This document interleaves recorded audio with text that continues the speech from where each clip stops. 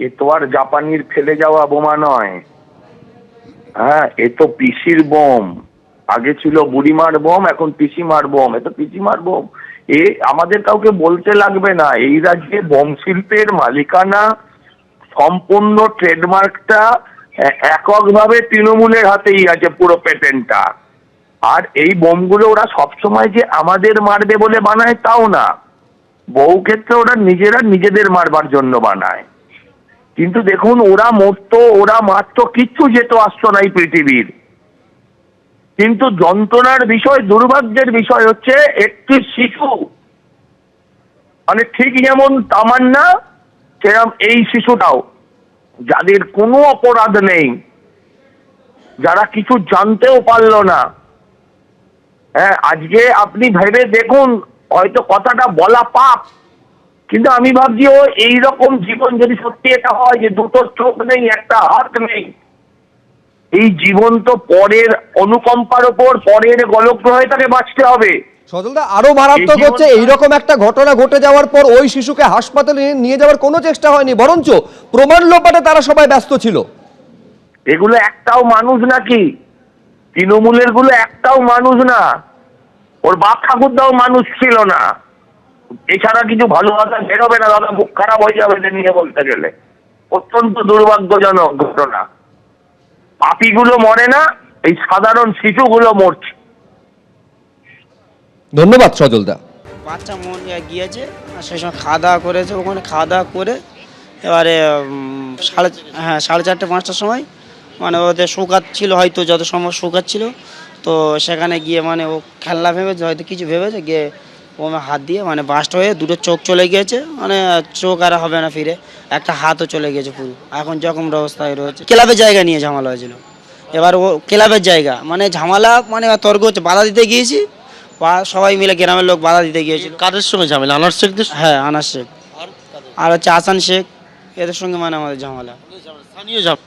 যুব করতো আর আমরা মাদার করতাম, সেই ক্ষেত্রে একটা মানে মার্ডার হয়েছে, মানে 5 বছর আগে, আমাদের আগে থেকে গন্ডগোল। ক্লাবের জায়গায় জানে বসবো আমরা সবাই, মানে আমাদের পাড়ার লোক বসবে, এরা মারার জন্য মানে ছক বেঁধে রেখে দিয়েছিল আমাদের মারার জন্য, ঘিরে ঘাড়ে আশেপাশে ওই সব ওরা মানে সরাচ্ছিল কত কি, মানে বাচ্চা পড়ে আছে, বাচ্চাকে তোলে না, মানে ওদের মানে মাল মেডিসিন ওরা শুধু সরাচ্ছে।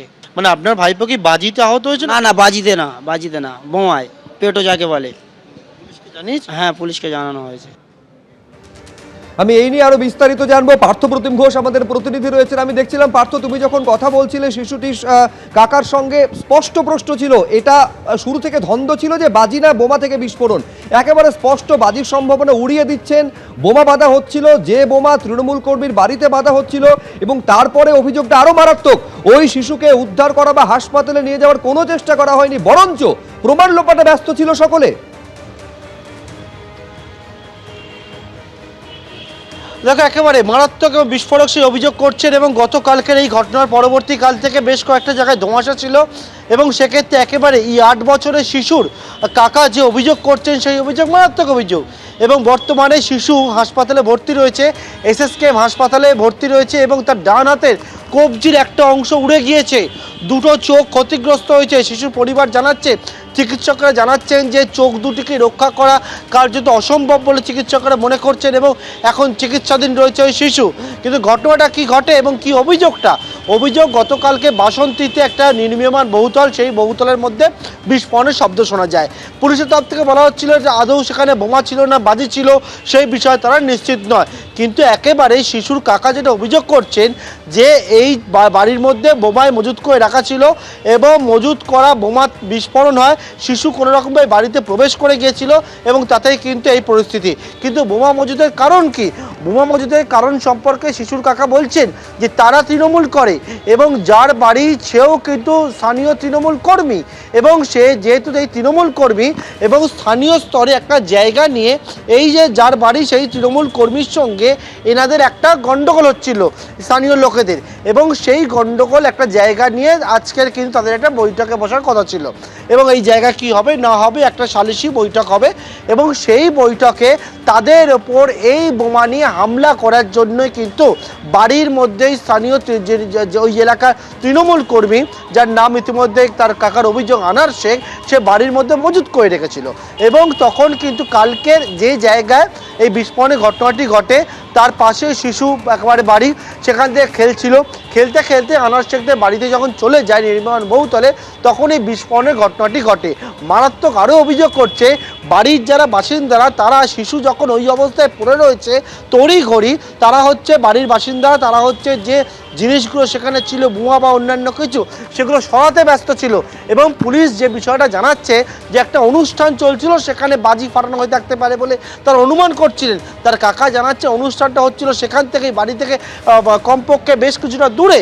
সুতরাং এখানে বাজিতে কোনো রকম বিস্ফোরণ নয়, সেখানে মজুত করা ছিল বোমা স্থানীয় তৃণমূল কর্মীর বাড়িতে, এবং তারাও তৃণমূল করে। এবং সেক্ষেত্রে তাদের দুপক্ষের মধ্যে একটা বৈঠক হওয়ার কথা ছিল, সেই বৈঠকে বোমা মারার পরিকল্পনা ছিল বলে এই বোমা তৈরি করে রাখা হয়েছিল। এবং সেই বোমা ফেটে গিয়ে দুর্ঘটনাবশত ওই 8 বছরের শিশু সে আহত হয়েছে, রক্তাক্ত হয়েছে, বর্তমানে এসএসকেএম হাসপাতালে পাঞ্জা লড়ছে, অত্যন্ত আশঙ্কাজনক অবস্থায় ভর্তি রয়েছে। তার ডান হাতের কবজি সম্পূর্ণ উড়ে গিয়েছে, চোখে মারাত্মকভাবে ক্ষতিগ্রস্ত, শরীরে বিভিন্ন জায়গায় আঘাত লেগেছে। যদি এখনও পর্যন্ত এই ঘটনার সম্পর্কে পুলিশের তরফ থেকে নিশ্চিত করে কিছু বলা হয়নি বা কাউকে গ্রেপ্তার পর্যন্ত করা হয়নি। একদম পার্থ, তুমি আমাদের সঙ্গে থাকো। ওই জখম শিশুর ডান হাতের কবজি উড়ে গেছে, তার দুটো চোখ নষ্ট হয়ে যাওয়ার আশঙ্কা করছে তার পরিবার। এবিপি আনন্দ, এগিয়ে থাকে, এগিয়ে রাখে।